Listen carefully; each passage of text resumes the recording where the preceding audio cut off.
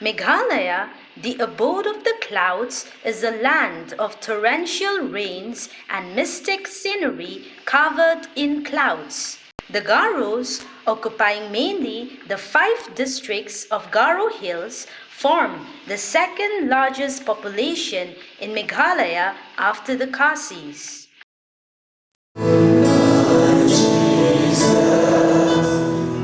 The majority of the Garos in Meghalaya are now Christians.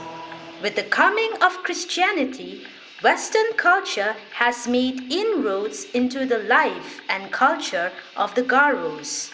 Life has changed much from what it was a century ago.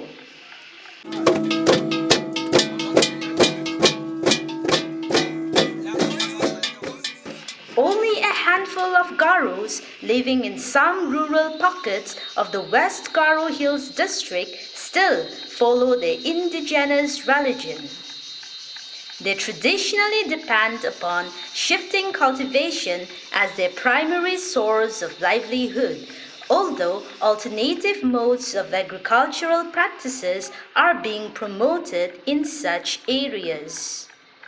All indigenous festivals and ceremonies of the Garos are inextricably intertwined with different stages of jhum cultivation throughout the year, right from the clearing of the jungles for jhum cultivation till the final stage of harvesting. Amua is the fourth religious ceremony of the Garos during the agricultural year. It is usually performed during the vegetative phase of the paddy grown in jhum fields. Lorinda Marak, an assistant professor in the Department of Garo in the Shillong College, visited the jhum field of Gondengri village in the month of June 2015 to witness the ceremony of Amua. This is Gondengre village, a village with a population of about 500, and it is nestled in the Arbela range of the West Garo Hills district. Most of the villagers have found refuge in the bosom of Christianity. Only 13 households in this village are still following the religion of their forefathers, maybe the last generation to observe the indigenous rituals and ceremonies. This is Dinang C.H. Marak. He is the village priest known as the Kamal in Garo.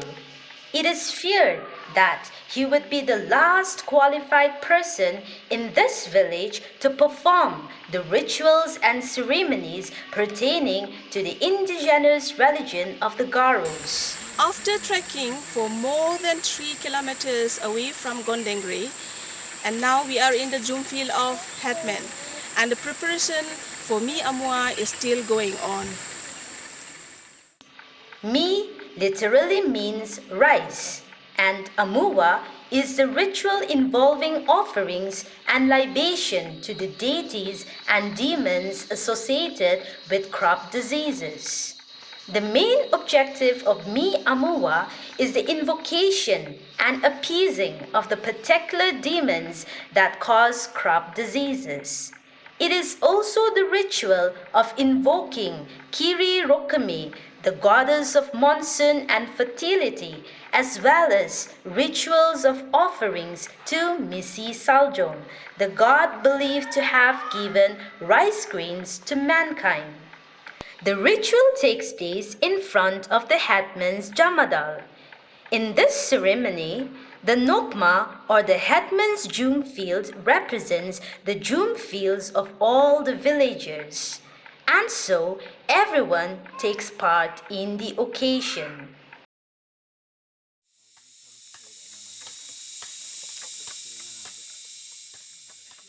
The preparation for the ceremony involves making intricate designs on bamboo for constructing the altar.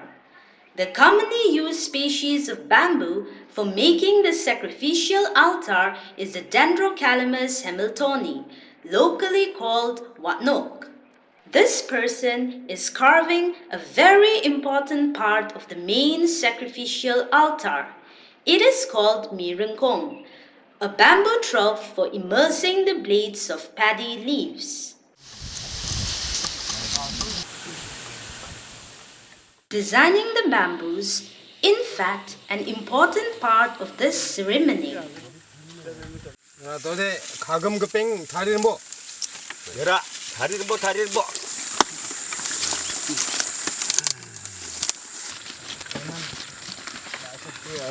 The main sacrificial altar is erected just in front of the jamadal.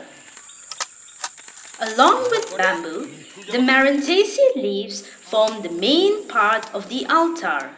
Other plants used for making the altar are Gardenia campanulata, locally called chaco, Calicarpa arborea, kambal, and Lagestromia parviflora, chidai.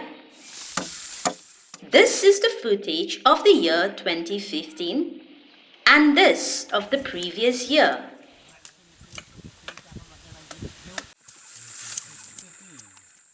The Kamal himself leads in installing the main altar, assisted by the Nokma and other experienced people.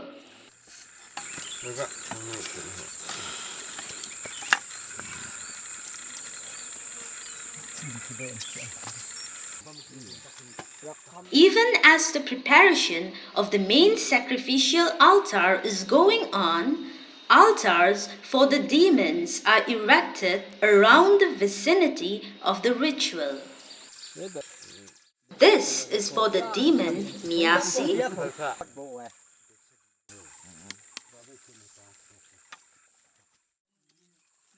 Clean sand is brought from the stream.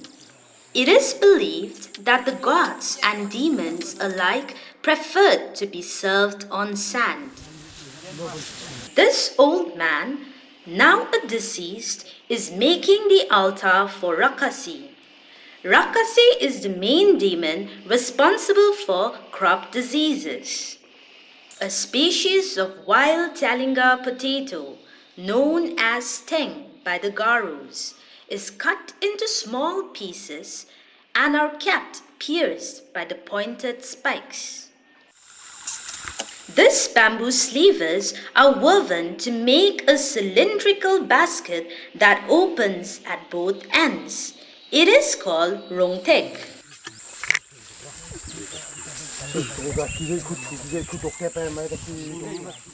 The altar for Rakasi looks like an antenna. The woven rongtek looks like its pedestal, but it is not a pedestal. It is for placing the offering and libation to Rakasi. The rongtek is filled with sand. Blades of paddy leaves are collected from the field. People bring their own paddy leaves from their respective June fields for the ritual.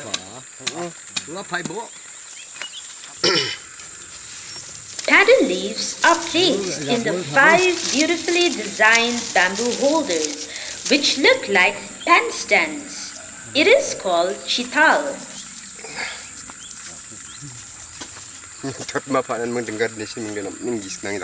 The horizontally placed bamboo trough is called mirengkong, which literally means rice trough. Paddy leaves are immersed in water in this trough.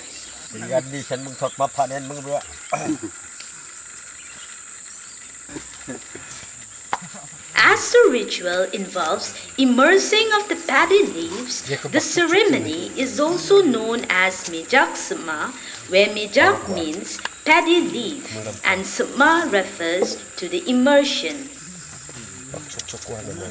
The Kamal starts offering to the gods and demons. The offering is usually the residual malt of the home-brewed rice beer. It is called stay by the Garus.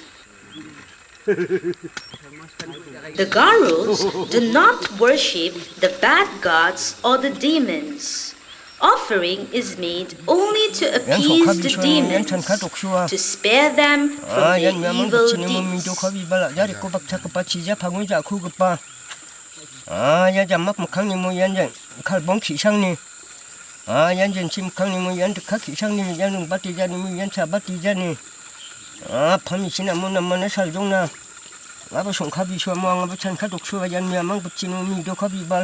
In fact, the Garus do not worship their gods in the true sense of the term worship. It is more of the offerings and libations as a gesture of thanksgiving and also to invoke them for bountiful blessings.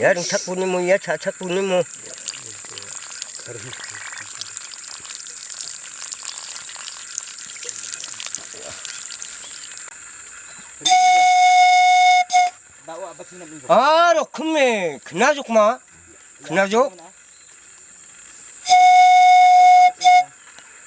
로큰메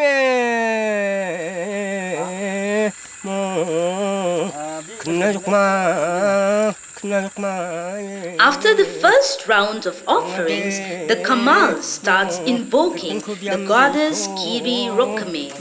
From yonder the seas, across the mountains. The goddess Rokame can be identified as the goddess of monsoon, and her presence is indispensable for the vitality and fertility of the crops. So, it is appealed to the goddess to come and fill the June field with her presence.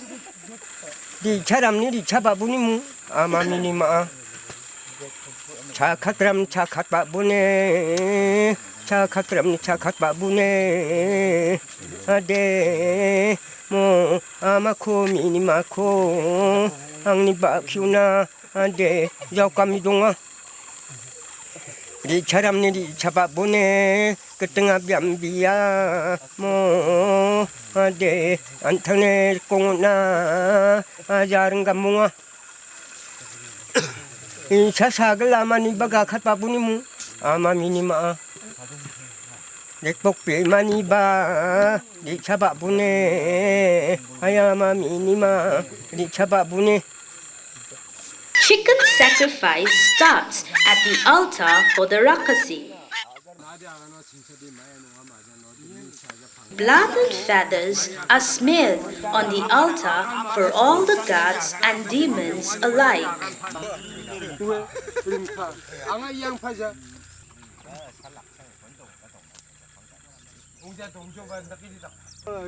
Different methods of divination can be found all over the world. An interesting aspect of the indigenous religion of the Garus is the practice of both haruspicy and hepatoscopy. Chicken entrails are used to augur anything that lies ahead in the future, and here the well-being of the crops. Here, the Kamal himself assumes the role of the haruspix, the authority in reading the entrails. He says Nama, which means good. The omen indicated good crops.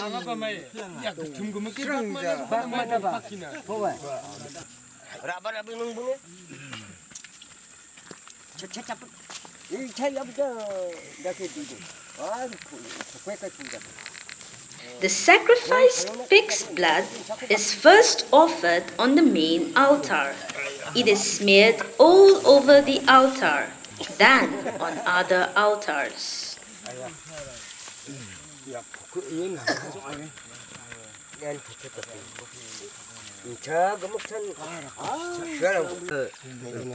Next comes hepatoscopy. It is reading the nature and the position of the gallbladder on the liver. The Garo word for liver is bika, and the gallbladder is called bikut or kakut. The bikut is healthy, but it is not aligned in a good position. which means namja or not good. But nothing to worry about. He says the chicken entrails is of greater significance and more powerful. The chicken entrails showed a very good sign, and that overrides anything that the liver portends. Two altars were not installed earlier because those had not been smeared with the sacrifice blood. One altar is erected on the boundary of the tomb field.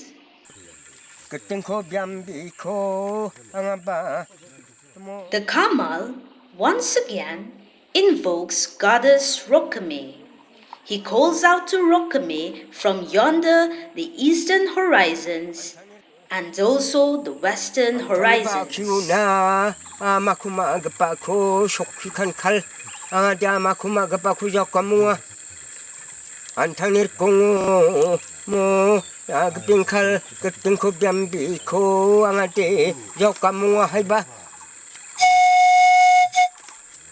Mama gaba ka khat pa jok ma ka khat pa jok gting biam be ri cha pa jok ma ri cha mung jok